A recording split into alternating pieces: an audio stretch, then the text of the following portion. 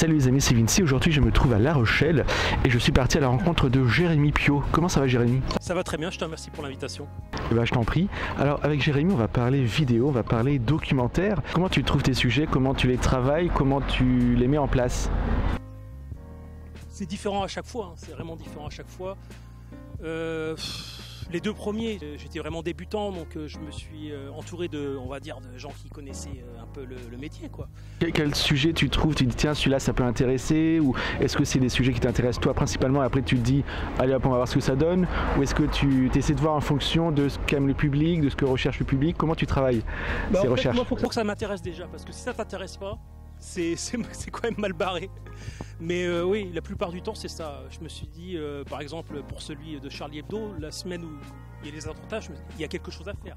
Un autre angle que les télévisions. Et très vite, hein, c'était en janvier, oui c'est ça, janvier. Je crois que j'ai commencé à tourner en mars, tu vois. Avoir le contact des personnes qui voulaient, puis je voulais que ce soit divers, quoi, tu vois.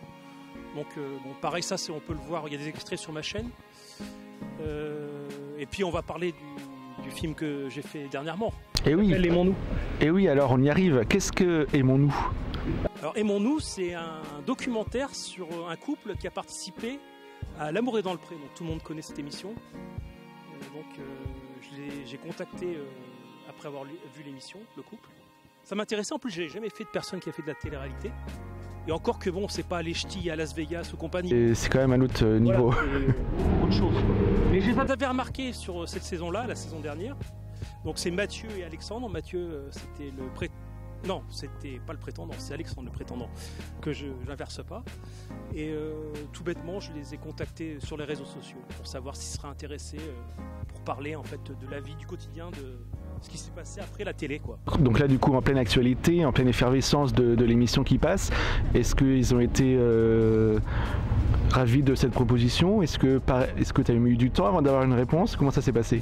Je l'ai eu le soir même, je leur envoyais 18h, je sais plus, peut-être une heure après, j'avais une réponse en me disant qu'ils étaient intéressés. Alors, bon, j'étais content qu'ils me répondent aussi rapidement. Et puis tu sais, en plus c'était en 2 confinements et j'en avais marre, je tournais en rond, je voulais vraiment tourner rapidement. Donc on a réussi à faire ça. Puis ce qui est intéressant, c'était que c'était le temps, l'émission était passée, mais ça faisait quelques mois, donc il y avait eu la diffusion, c'était fini, et ils avaient le projet de se marier, tu vois. Et ils m'ont dit ça tombe bien, parce que là tu vas avoir plein de choses à filmer, viens avant, et on fait ça. Donc on a convenu d'une date pour que je puisse tourner avec eux, quoi. Bah, c'est parfait. Voilà. Très bien accueilli là-bas, ça s'est très bien passé. Très bien. Et puis tu sais, moi, j'avais pas d'a priori, mais bon, ils sont assez proches de ce qu'on voit à la télé. Ils jouent pas, voilà, c'est vraiment eux. Voilà, je les ai retrouvés, moi ils m'ont très bien accueilli. Je connaissais pas du tout, enfin le milieu gay, si je connais un petit peu, mais pas, voilà. C'était une découverte pour moi, quoi. Et entrer dans l'intimité comme ça d'un couple, de les voir un peu au jour le jour, est-ce que pour toi ça a été quelque chose de naturel, ou est-ce que ça a été compliqué, t'étais un peu gêné, mal à l'aise?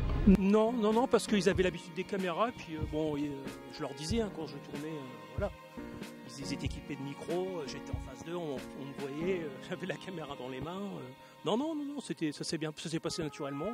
Non, j'ai pas eu de problème par rapport à... Ils avaient des idées de ce qu'ils voulaient montrer, puis moi aussi. Donc on en discutait. Donc ce documentaire, il est visionnable où? Ah oui, alors, moi, on peut le retrouver sur la chaîne YouTube, donc en tapant Aimons-nous, tout bêtement.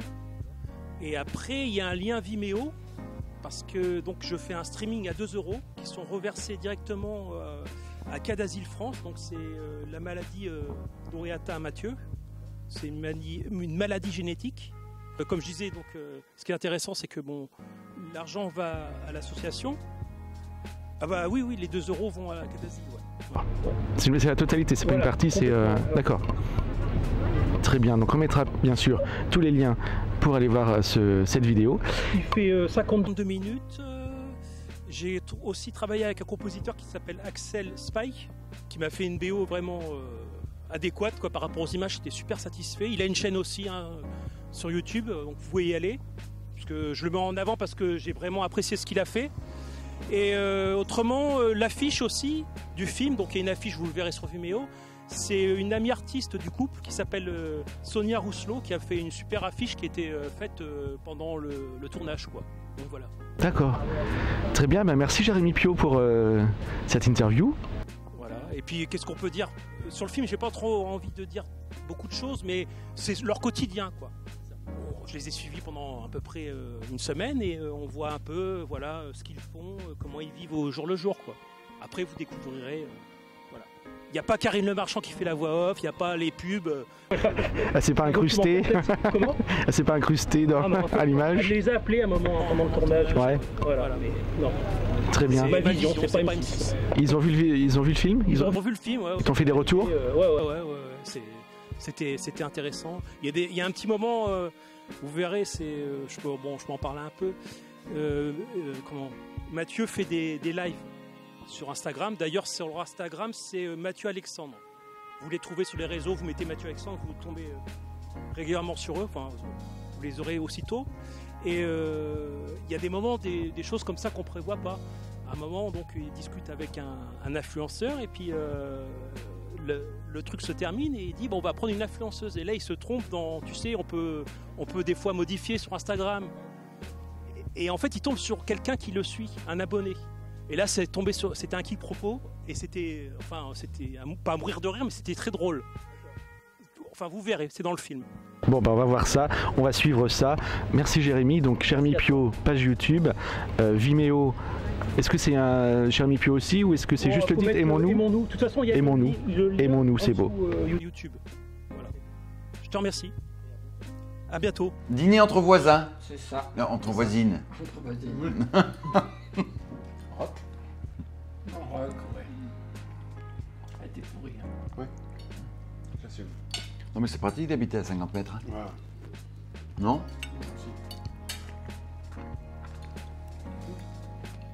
D'ailleurs, il faut Surtout que t'as mis 3 mois à venir. Oui. Mais j'ai expliqué pourquoi j'ai mis 3 mois. Allez, vous l'avez dit, c'est bon.